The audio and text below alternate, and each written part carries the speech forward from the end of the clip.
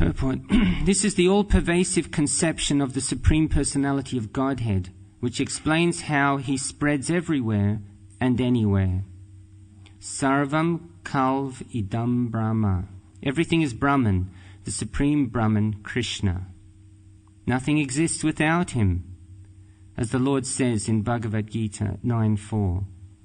Maya tatam idam sarvam jagadavyaktamurtina matstani sarvabhutani nachaham teshvavastita.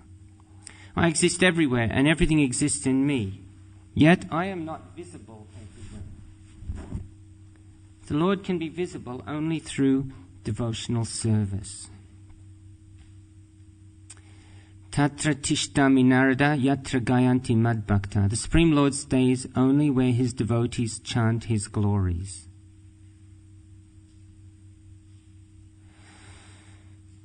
Namagyanathamrindasya Gyananjana Shalakya Chakshur Unmilitamina Tasmai Shri Gurave Namaha. I was born blinded by the darkness of ignorance, but my spiritual masters are opening my eyes with the torchlight of knowledge. I therefore offer my humble obeisances unto them. Nama Om Vishnupadaya Krishna Abstai Bhutale Shimate Shivaram Swaminitu Namane.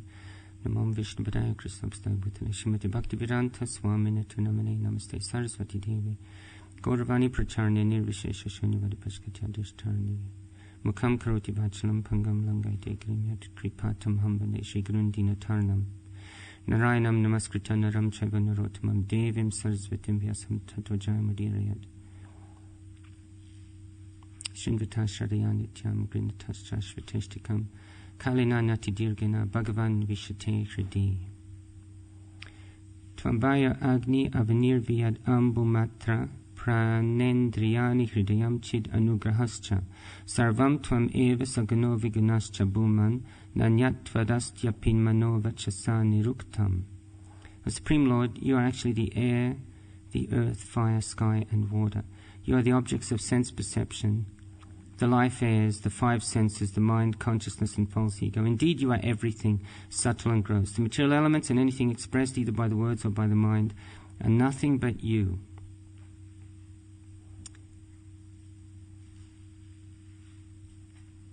So, it's quite self-evident, the subject of this verse. Krishna's everything. And it's stated everywhere in our literatures.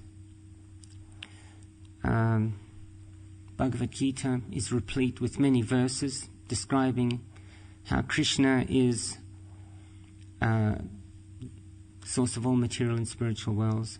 Aham sarvasya prabhavo mata sarvam pravartate. And in the Ishopanishad it states it, Ishavasyam idam sarvam yadkincha jagatyam jagat tena taktena bunjitam agradakasya sviddanam. Everything animate or inanimate is owned and controlled by the Supreme Lord.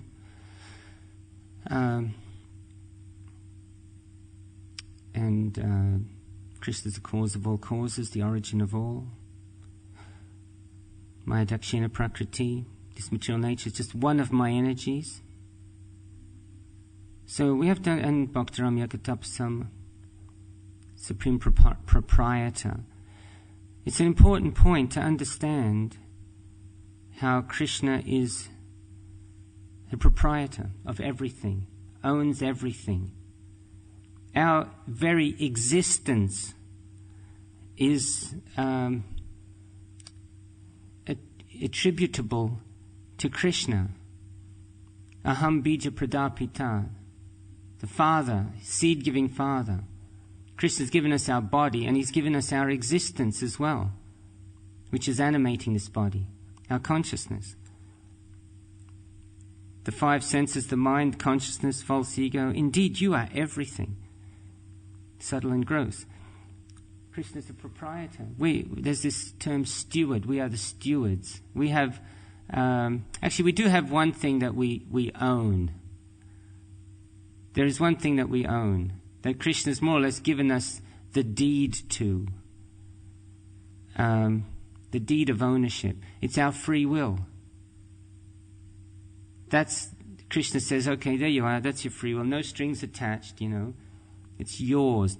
You can use it however you like. Misuse it or use it properly. So we have our free will. But everything else is owned by Krishna. This body is owned by Krishna. That person's body is owned by Krishna. It's an interesting thing that, this is why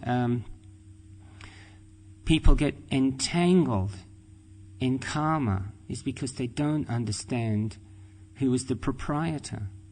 People are in anxiety, they're stressed, and they're entangled. And I was thinking recently how in this act of illicit sex, that, we have this body. Krishna's given us this body. It doesn't belong to us. And then we decide with our free will to engage it in a way that's opposed to the purpose Krishna gave us the body for. Krishna gave us this body. It has a certain purpose. It has a certain function. And if you don't use it according to its function, then problems. It's going to be karmic reaction. Something's going to give. It's like everything has its purpose that it's meant to be used for. And if you don't use it for that purpose, something unnatural, if you don't use it for its natural purpose, something unnatural will ensue.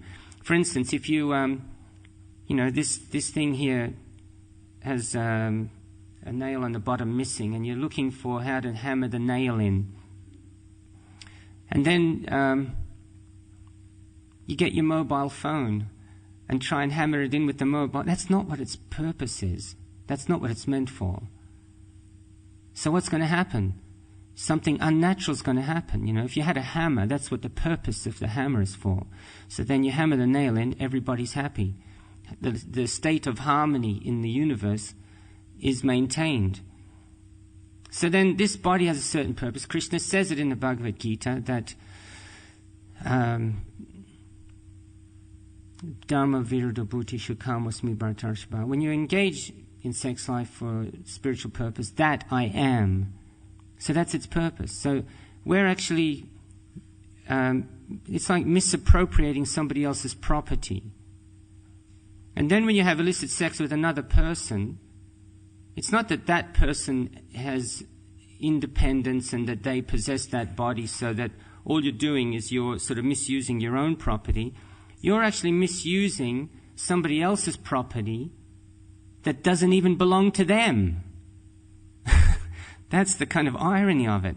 That property that you're misusing, you're misusing your own, and you're also exploiting this other person's property, but it's not actually that person's property either. It belongs to another person who is Krishna. So therefore, you're actually disturbing on multiple levels. You're creating a disturbance on multiple levels. And the result is that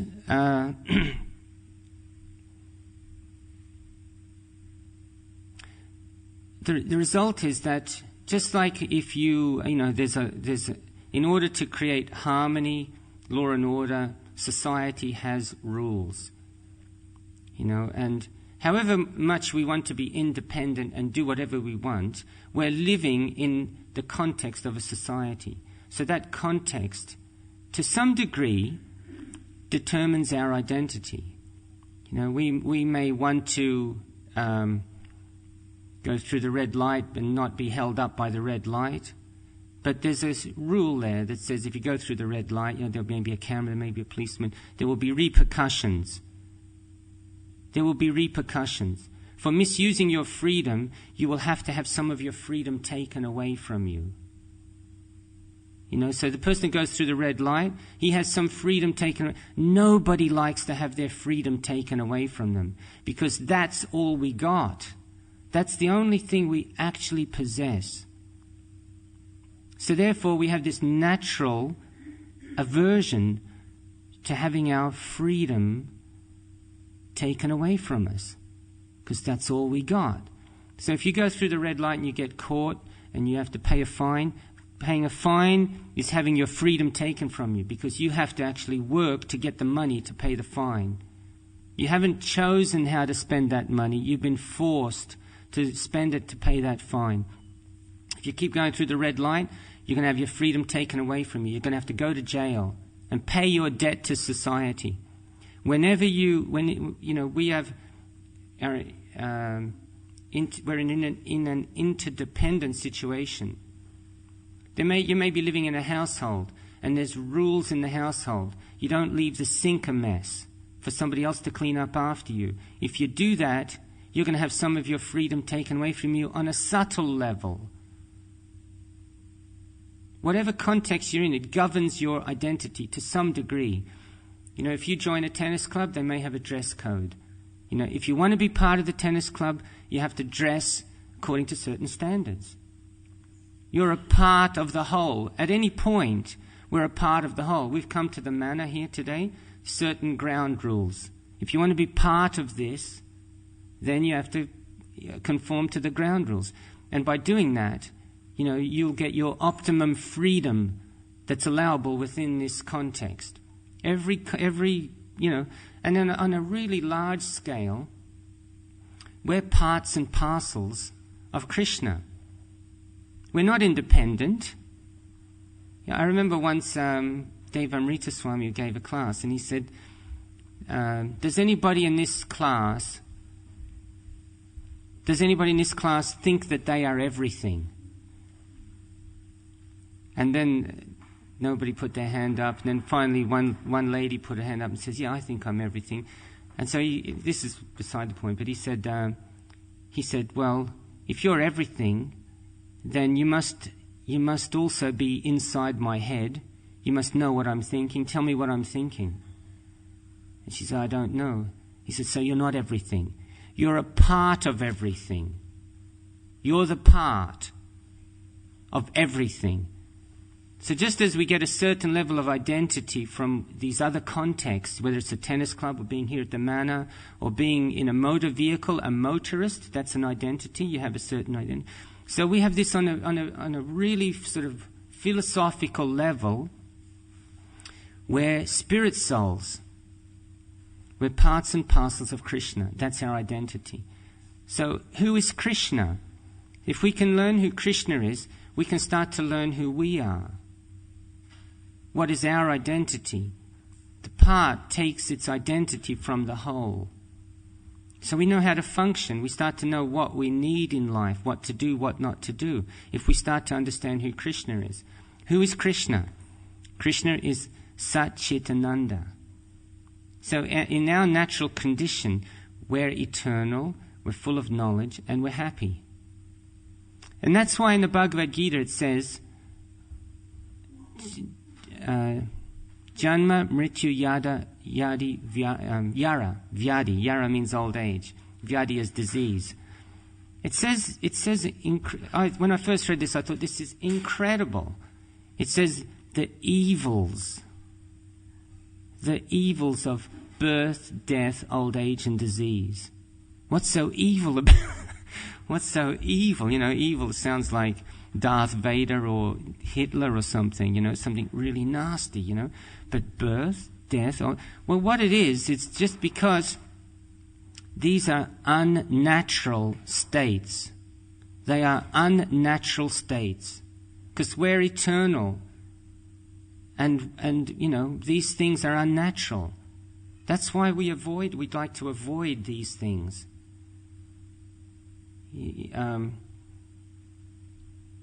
Death, old age, and disease. We want to avoid it. It's not natural. Because we're actually transcendental. That's our natural condition, to be transcendental. And so whenever we enter into an unnatural state, there is some fear. Because we can feel the freedom, our free will. Whenever we start to feel our free will being taken from us, whenever we feel ourselves being put in a forced situation, fear, we become fearful. That's just how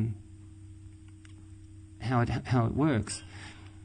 In the Bhagavatam, Bhayam dvitiya biniveshtasya ishari apetasya viparya yosmriti tanmaya yato buddha abhajetvam bhaktyakayasham gurudeva tatma. It defines fear. Bhayam is fear. Dvitiya biniveshtasya. When you actually start to identify with this body, with the material elements, and therefore and as you do that, you start to forget Krishna, then fear kicks in. So you start to identify yourself as this material body. Prabhupada would hammer this point in, hammering it in. You're not the body. You're not the body. You're the soul. Because that's the fulcrum. That's more or less it's like a linchpin. If you can start to come to terms with this fact that you're an eternal soul, everything, your whole perspective on life changes. When you start to realize you're eternal. I see it sometimes on the street. I tell people that when you looking at your photo album, with your friends, and you say, "Oh, look, that's when I was 6 months old. Look at me when I was 6 months old." And then you turn a few pages and say, "Oh, that's when I was 5 years old. I had this incredible birthday party. It was unreal. And look at me, that was when I was that's when I. You're saying this word I, that's me there, right? But who are you talking about?" And then I tell them how Shri Radha Gokulananda ki jai, Sitaram Lakshman Hanuman ki jai, Shri Dayal Nitai ki jai, Skam Guru Vrinda ki jai. And then I sort of say to them, that me and that person you're referring to, the body is changing. That body, like the skin cells, actually every 3 weeks they get replaced. And other parts of the body take longer, but every 7 years, and this is when people start to kind of get that aha moment, every 7 years, every atom, every molecule of your body has changed. You don't have one molecule, one cell of the body you had 7 years ago. You don't have one cell of that body right now. Every 7 years, your body's changing. So when you say, "Look at me when I was a 6 month," who are you talking about? You're talking about the soul. And then people go, "My God, I can see it. It's just totally visible." This kind of transitional expression. My identity. You've just rewired my concept of who I am. And they go, "Oh my God." And that's a telling moment to realize that your identity is that you're an eternal soul, Satchitananda. Krishna's Satchitananda. We're the parts of Krishna, same in quality as Krishna. So this fear is there when we start to act as a material body, not as the soul. There's a certain way that the soul is supposed to act. It's there. It's just as there's a certain way you're supposed to act at the tennis club, at the manor, or as a motorist. As a soul, if you're going to negotiate your way through this material world, a certain way to act. The Bhagavad Gita explains it. Now,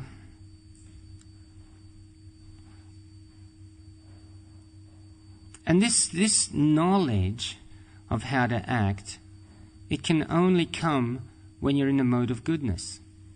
It can only come when you're in the mode of goodness. It can't come if you're in any of the other modes. If you read in the Bhagavad Gita, it explains that when the person's in the mode of ignorance, their knowledge is just wrong. They just get it wrong. They take their profit to be a loss, their loss to be a profit. They take religion to be irreligion and irreligion to be religion. Good, they take what is good, whatever is actually good they take to be bad, and whatever is actually bad they take to be good. For instance, they would think that, getting married is a trip, or being celibate is, totally inconceivable, and having illicit sex is where it's at. Getting drunk and having a good time on Saturday night, it's where it's at. What's that verse that says, what's night for all being is day for the... Sorry?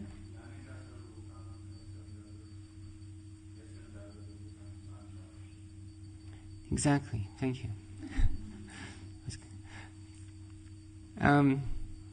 So that's more or less the classic explanation of this. They take what is night to be day and what is day to be night. What is night for the self-controlled is day for the uncontrolled, conditioned soul, and vice versa. So it's important to actually be in the mode of goodness, because from the mode of goodness comes knowledge. You see things as they are. In the mode of passion, it explains that they kind of sort of, getting they're speculating in the mode of passion. And it's not that they've got it opposite. It's not that they've got it actually completely wrong, but they're speculating. They're not actually seeing things as they are. And it's important to see things as they are, to be not in illusion. One example, there was one program called The Big Silence, where the BBC took all these people. I think I mentioned it one other time in a class, but it's worth bringing this point up because it's relevant to this verse. They took a sort of just a random sample of people, and they took them away on a retreat and some monastery somewhere, and the exercise was for them to be silent for 10 days, not speak, not say a word, maunam vrata. And they did that for 10 days, and one guy, and every evening, they would speak every evening because they had a mentor, and they would reveal their mind to their mentor about their experiences in the silence. And the priest who was overseeing everything, he would say that when you actually enter into silence and you know all that mad sense of chasing things and being obliged and the social world, when all that's stripped away and you enter into the silence, you start to actually understand that you're spiritual. And he said, an understanding that you're spiritual is the gateway to understanding that there is a God. It was all very good. I thought, cool, I'll give that one a thumbs up. So one chap, when he was there for 10 days in silence, he started to reveal his mind to his mentor, and he said, when I grew up, when I was a young lad, I had such a traumatic childhood that I thought that the world was unfriendly, and I thought that the world was not to be trusted, that it was a nasty place.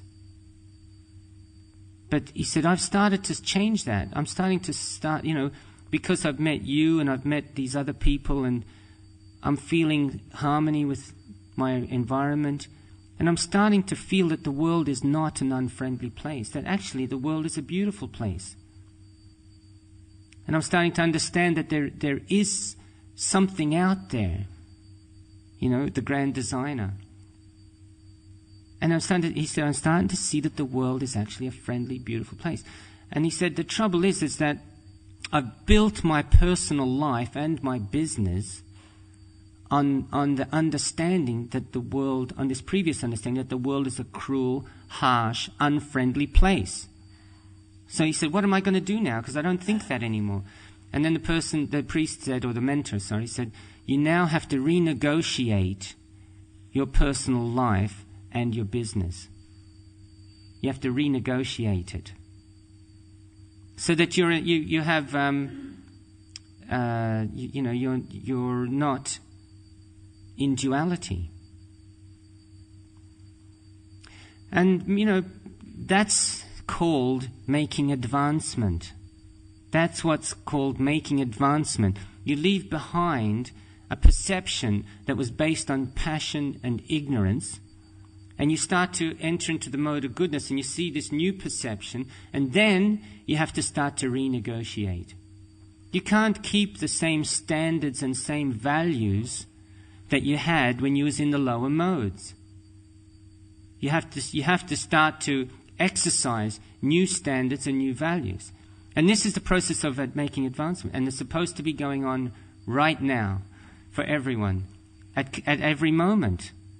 That there's this advancement. You're leaving things behind and they're obsolete now because I've made advancement, and I'm now, these are my new standards and these are my new values. Once Sri Dhananda Maharaj, he said, this is just physics. He says when a vehicle makes progress, it moves to another position and the previous position is left behind. So he was kind of explaining it in a very mechanistic way. And he said, we have to be, he said, that's why we're the Hare Krishna movement. And we're not the Hare Krishna religion. Because we're meant to be moving, both individually and collectively.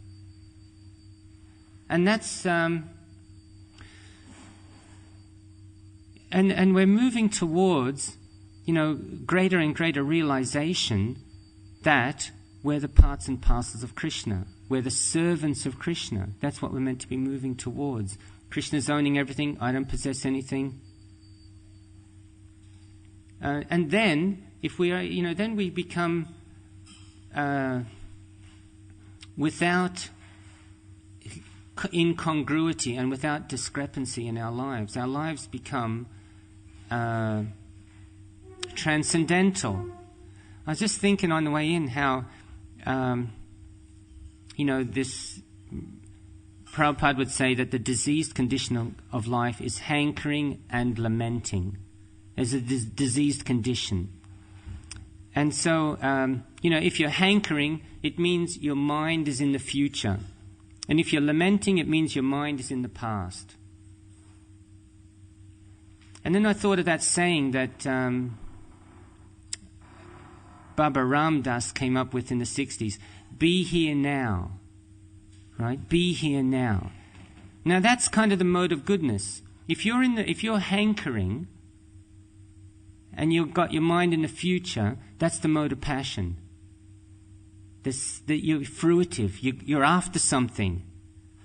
You're agitated because there's something you're going for. You want something. Desire. So when your mind is in the future, you're controlled by the mode of passion. When your mind is in the past, it's kind of lamenting, and you're sentimental. And that's the mode of ignorance. Right? Now, be here now is the mode of goodness. Right? But we don't even want to be here now because we want to be transcendental. We want to be transcendental. We don't even want to have to be thinking that I'm in the present. Because we're eternal. When you switch the kind of conception and you're actually in that transcendental mode, then it's different to Baba Ram Das's be here now. That's the mode of goodness. That's also good and it's better than the future and the past. But we're trying to be transcendental. And because from the mode of goodness, it's not meant to be an end in itself. It's meant to be the springboard. Shuddha Sattva is meant to be the springboard to Vishuddha Sattva. And so that should be our aspiration. Any comments or questions? Thank you for your attention.